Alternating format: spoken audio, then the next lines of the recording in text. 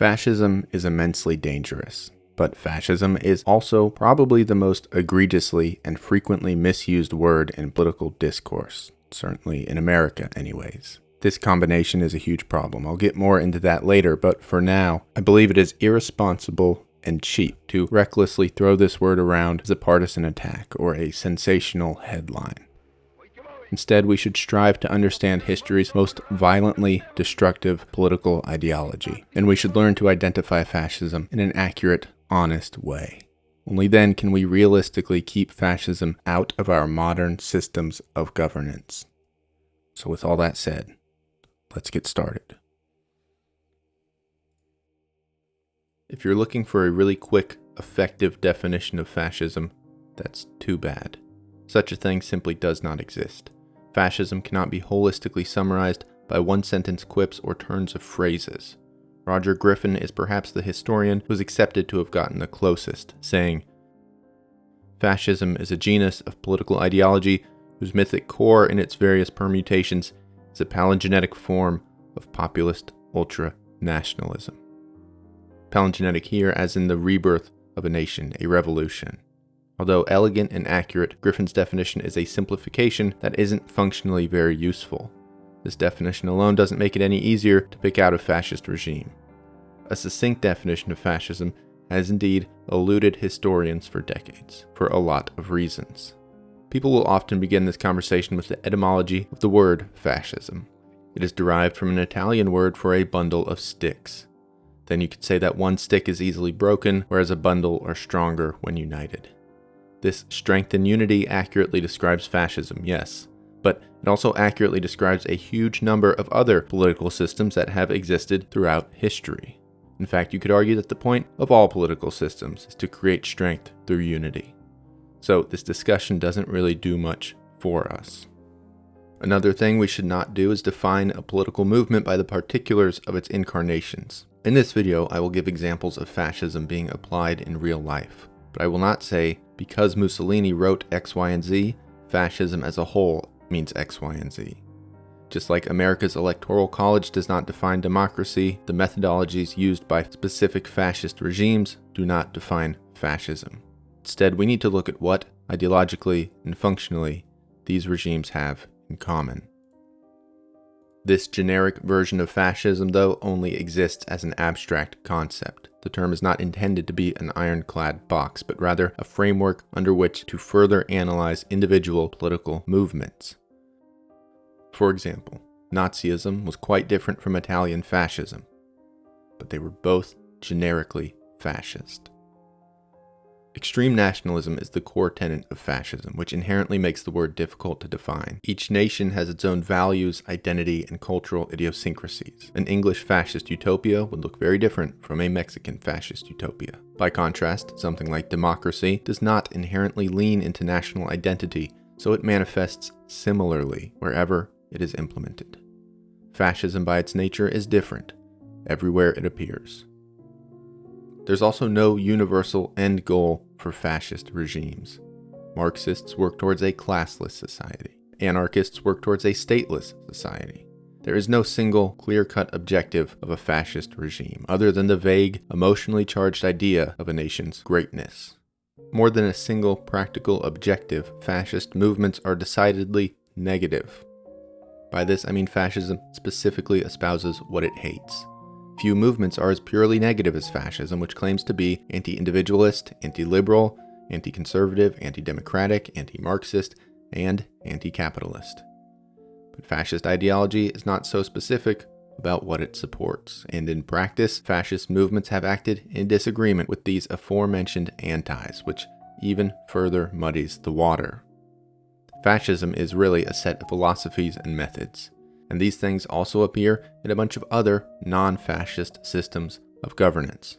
So it's easy to see something that is present in fascist regimes and then assign that thing itself as the definition of fascism. For example, if a political party is trying to silence their opposition, that alone does not make them fascists, despite that being a tool used by fascists. Now, with all of that said, we can still identify fascism. Fascist regimes, whether they came to power or not, have things in common. We can break down the ideology of fascism in a meaningful way. It just takes some patience. In his book, Fascism, Comparison and Definition, historian Stanley G. Payne offers this table to explain fascism. More than any single sentence or definition, this table effectively communicates what fascism is. Again, though, this is not a hardline, ironclad definition, but rather it provides a framework for a generic idea of fascism. Fascism is built on an idealistic, almost utopian approach to extreme nationalism. Fascism says with this philosophy alone, a society can build itself into a great nation, in charge of its own destiny and united by the blood of its people. This extreme sense of national greatness is the heartbeat of fascism. Fascism promises to create a new culture and a new nation which is capable of achieving greatness in ways that previous societies simply could not. It does not promise improvement, but instead a whole new paradigm of existence for a nation. Fascism further seeks to radically change a nation's relationship with other nations. This could come in the form of imperialist expansion, but it does not have to. Within fascist framework, this great new nation operates under an authoritarian state, which is not based on any preceding models or government structures. The people must submit to the party. Economically, fascism rejects the Marxist ideas of a classless society. Instead, it places value on the elite class, but looks to replace former democratic thinking elites with its own set of decision makers. Fascist economies are multi-class and highly regulated, though may exist under several categorizations. There's no unifying economic system that can be assigned to all fascist regimes. Fascists express a positive opinion of violence and a willingness to engage in violence and war. Aside from the belief in violence to enact the will of the state, fascists see violence in itself as therapeutic. They believe violent Darwinian struggle, wherein only the strong survive, is necessary to the continuing of a successful nation. These together form the core ideology behind generic fascism. And next, as Payne does in his work, we can look at the methods fascists use to achieve these goals. Fascism provides ways to organize and execute its plans. Again, taken individually, these methods can be found in other non-fascist regimes, but collectively, they make up the generic fascist methodology. The first is mass mobilization. Fascists are not interested in controlling a small sector of elites like many other political movements are. Instead, fascists seek to revolutionize society from the bottom up by mobilizing the masses towards their own common goal. Mussolini himself famously said, "Our myth is the nation. Our myth is the greatness of the nation." Fascism looks to sweep people into a frenzy. Fascism exalts a leader as a messiah in a way that intentionally mirrors religious experiences. The state intends to replace traditional religion with a secular, civic religion. The state is the religion. To do this, the state creates a series of myths that unify the fascist elites and the people over which they rule. Most famously, these myths have been rooted in anti-Semitism and racism, but they don't always have to be. This civic religion, with its myths and its mission, become the driving force of existence for the people. It diminishes or entirely destroys the role of actual supernatural-based religious principles. To help create this civic religion, fascists emphasize the use of aesthetics, including symbols, architecture, and design. This is to elicit an intense emotional response in the same way that religious institutions often have. All mass movements have their own symbols, but fascism places an obsessive emphasis on visually distinct things and events like marches, ceremonies, meetings, and symbology. The idea here is to build a mystique that fully envelops participants, creating not just a political movement, but a spiritual movement. Again, the state is the religion. True fascist regimes are made up of men and pay almost no attention to women's rights or gender equality. Fascism obsesses with the perceived strength of the male gender.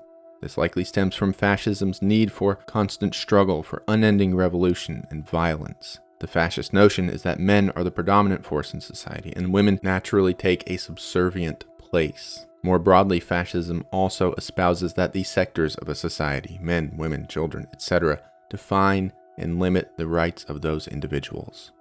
Because fascism is inherently revolutionary and seeks to provide nations a rebirth, youth is specifically exalted over members of older generations. In a literal sense, the youth are the future of a nation. But the daring, action-taking sensibilities of a fascist revolution appeal to the youth in a way that can be less interesting to older, more pragmatic people. There is also authoritarian command. All movements rely on charismatic leaders, but fascism is unique in that it combines populism with elitism. Fascism looks to appeal to the masses, to the entire people of the nation, while also emphasizing the role of an elite messianic figure.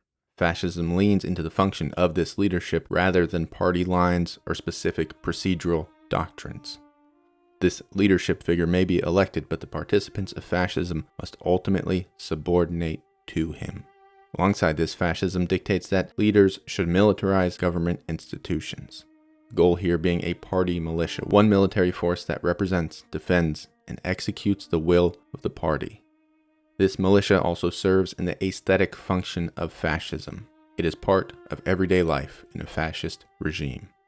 Together, these are the methodologies behind fascist movements, and so now we have a functioning framework and understanding of what fascism is. But in honesty, this sounds like an objectively unenjoyable society. So how could it possibly have come to be? What conditions could produce fascist sympathies?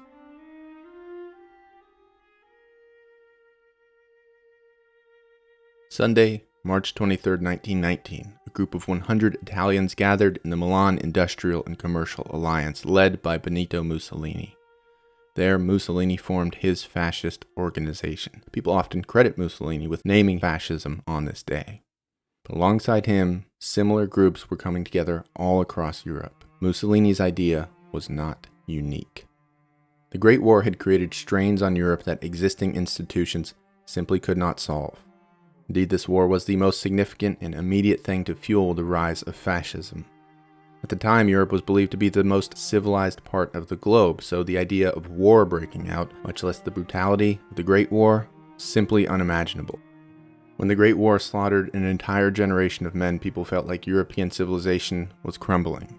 By the time the war was over, it had wreaked such havoc that Europeans felt the old world was unsalvageable. Whatever promises Europe had of peace and prosperity were quickly forgotten. Meanwhile, they disagreed intensely about the future of this new world. After the Great War, three political ideals were competing for influence over the globe: liberalism, conservatism, and communism. Liberals believed that each nation could basically determine their own fates and exist in harmony. Led in part by U.S. President Woodrow Wilson, they argued that no real external force would be needed for future peacekeeping. Conservatives were mostly silent, but believed that armed forces should continue to handle relations between nations. And then there was the communist regime, installed by the Bolsheviks in Russia. Lenin wanted all nations to set democracy aside and adopt his ideology. He wanted nations to create temporary dictatorial parties to install this model into a worldwide communist society. None of these three parties had total success. Wilson's liberalism came in the form of peace treaties that had been pushed into a conservative direction by other world powers. Liberals nor conservatives were ultimately satisfied with the result. Lenin's plan, meanwhile, was contained within Russia pretty quickly. And with all three ideas seeming to fail, there was room for a fourth. Although just an anecdote, the words of Italian soldier Italo Balbo spoke to the climate in Europe after the war.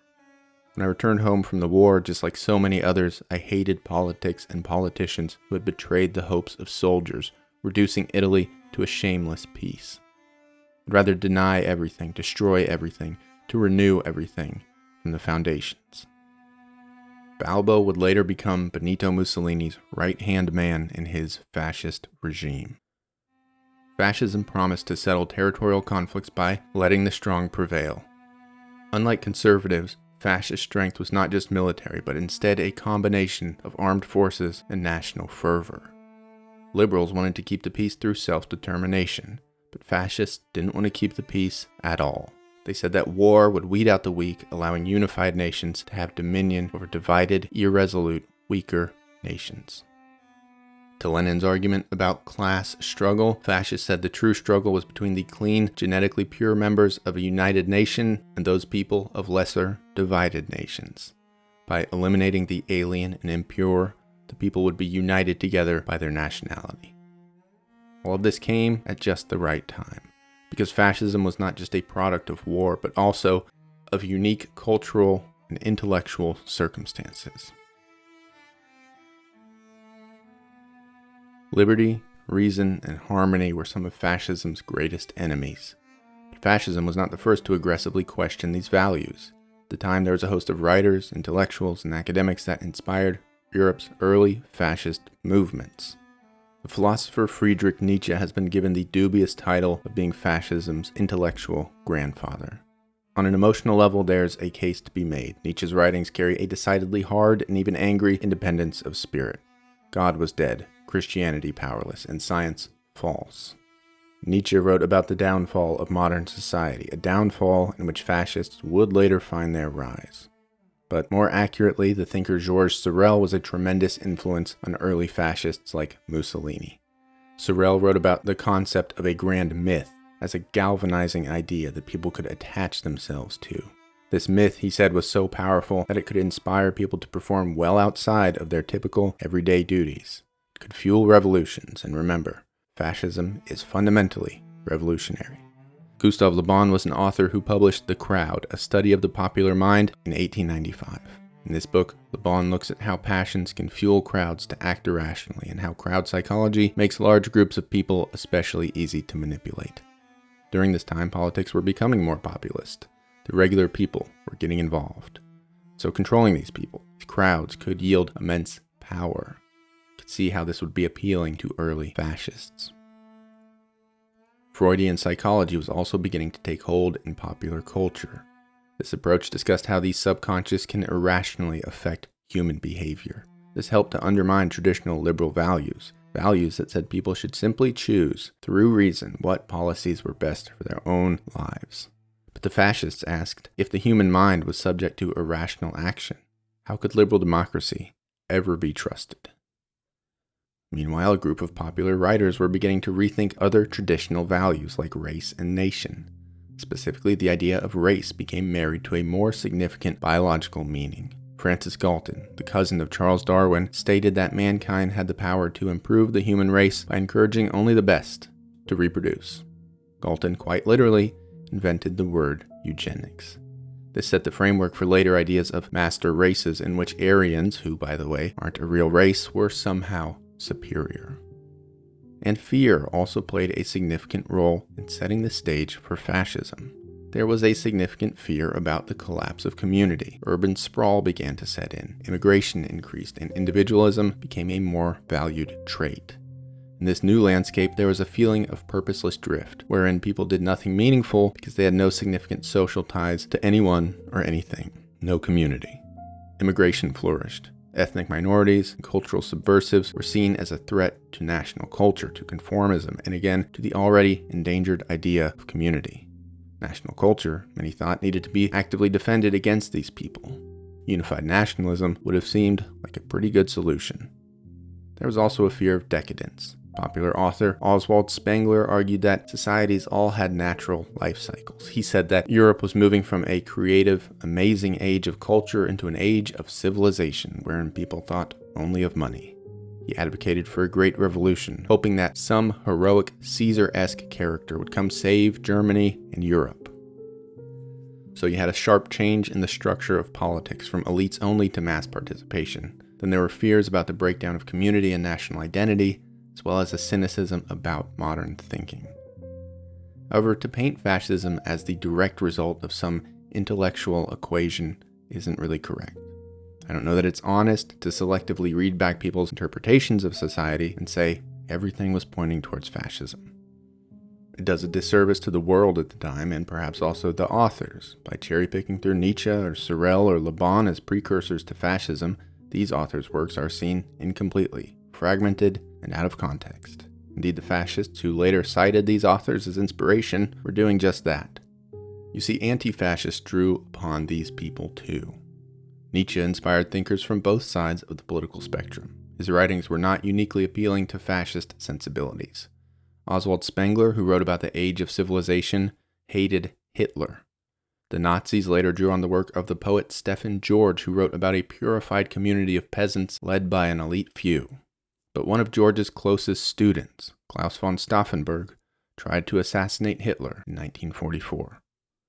Cultural circumstances and the works of intellectuals gave fascism a place to exist, a room to live in. But they did not bring it about. In reality, you can't paint a logical map towards fascism, because fascism simply isn't based in logic. No, it thrives almost entirely in emotion.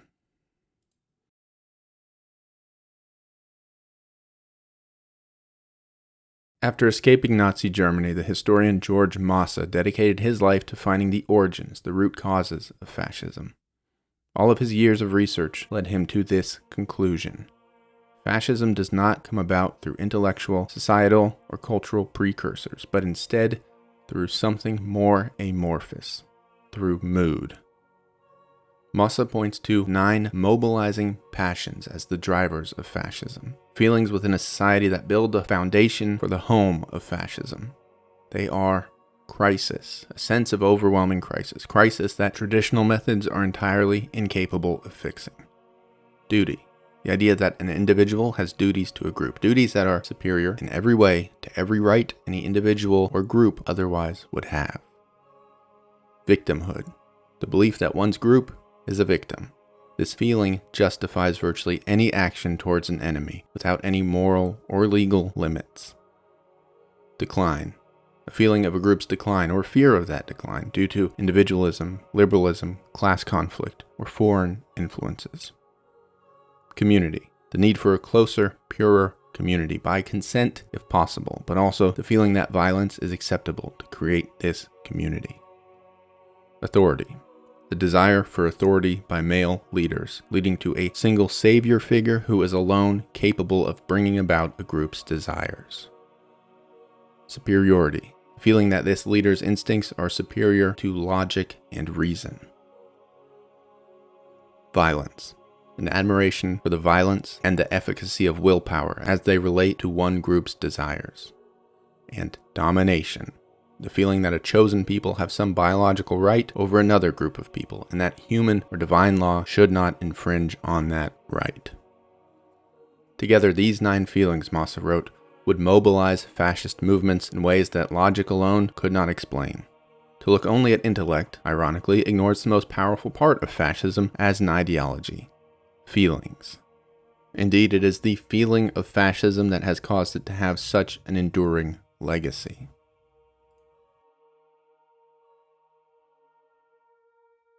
For better or for worse, today we get so riled up in things resembling fascism that we recklessly throw the word around.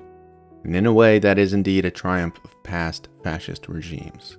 Fascism struck humanity harder than perhaps any modern political movement, in terms of physical devastation and spiritual imprint.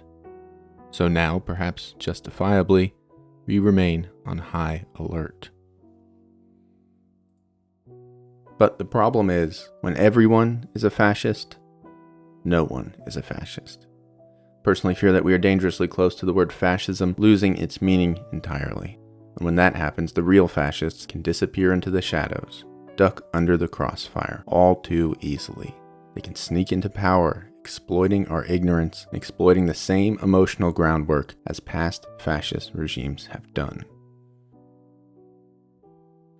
The monster of fascism is not dead, but the first step to killing it is learning what it looks like.